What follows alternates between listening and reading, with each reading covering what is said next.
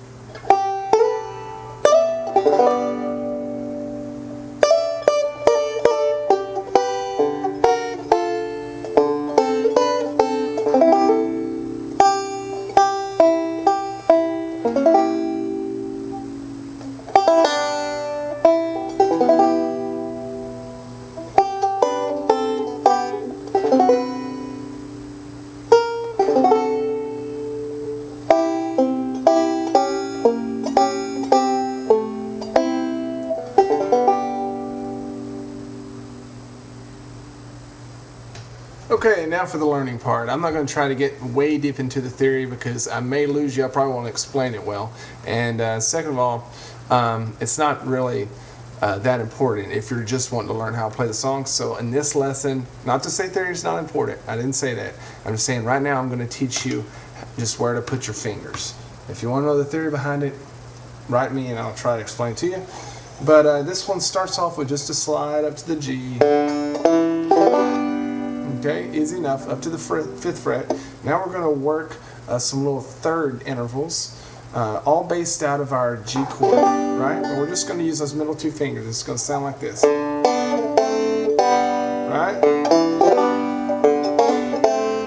Now we're going to play our G7 chord.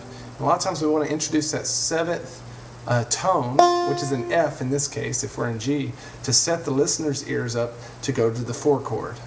Some of you may know that, some of you may not. Now you do. So we're going to go just a 3-finger G7 chord.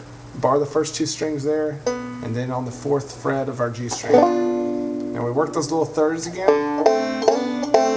Now this time I'm only going to strum the first 3 strings using a partial C chord, and we're going to hammer down on the 2nd fret of our G string. So it sounds like this. Okay.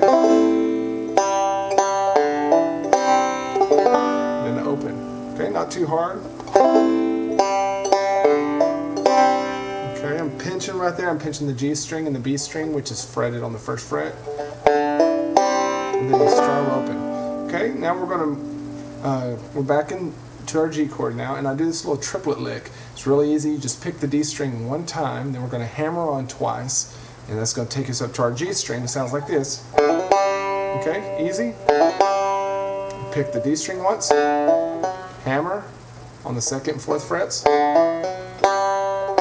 Now to our E minor. Strum our E minor nice and slow, and after we strum it, we're going to hammer on that ring finger, or however you play the E minor. Some people do it with these 2 fingers.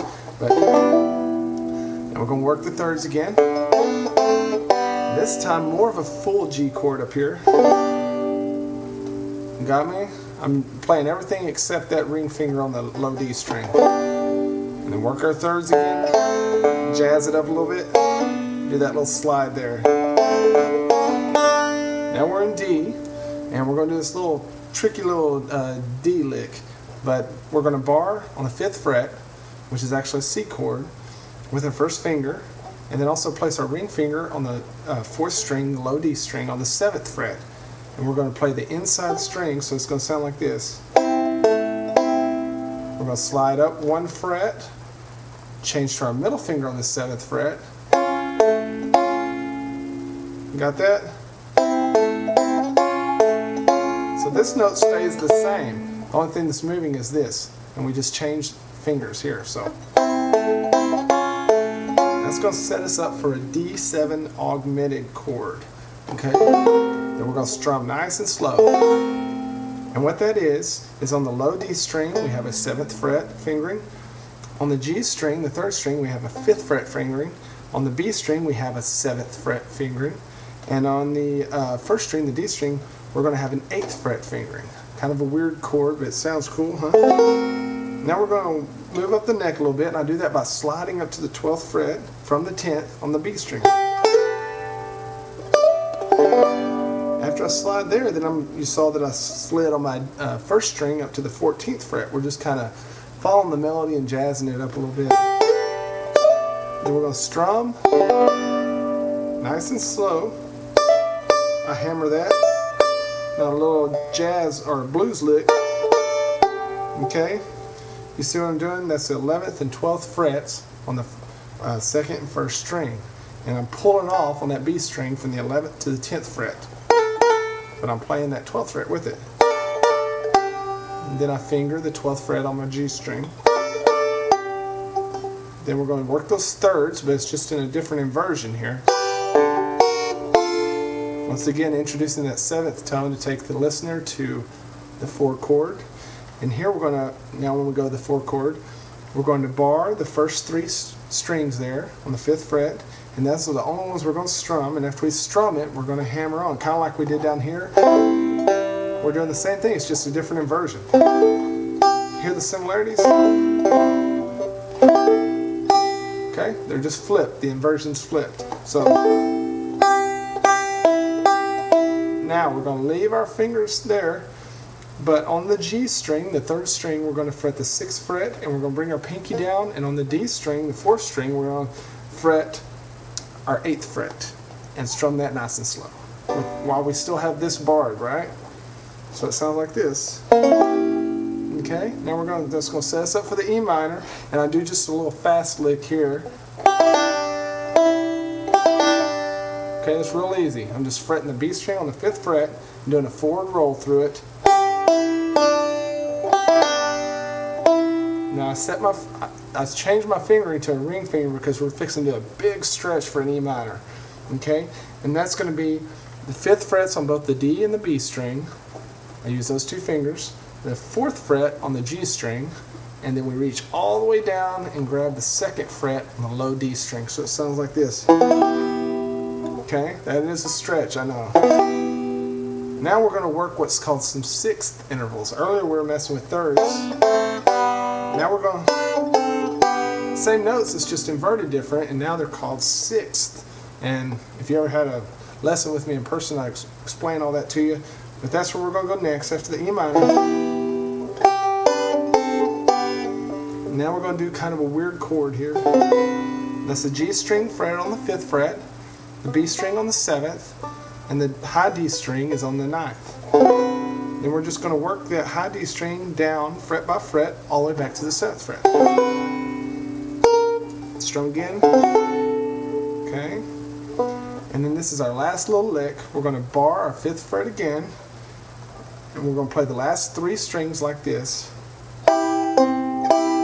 Okay, I just pinched the D and B together, and then with the G. Now we're going to fret the G string at the 6th fret, and fret the D string at the 8th fret. Now I'm just picking the inside strings, and we strum one more time, fretting the 5th fret. So it sounds like this.